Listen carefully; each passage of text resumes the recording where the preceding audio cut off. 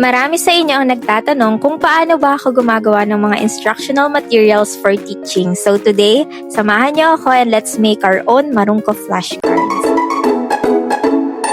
Simple lang ang ginagawa ko. Nagka-craft ako ng sarili kong design, pero bago yon, naghahanap muna ako ng inspos online. Itong idea na gagawin natin ngayon is nalaman ko kay Teacher Girl sa video niya with Bear Brand Philippines. Ang dami niyang shinare doon ng mga fun game ideas, plus may free printables na din. Bongga, diba? May mga soft copies na pwedeng ma-download dahil available ang link ng file sa description ng kanyang video.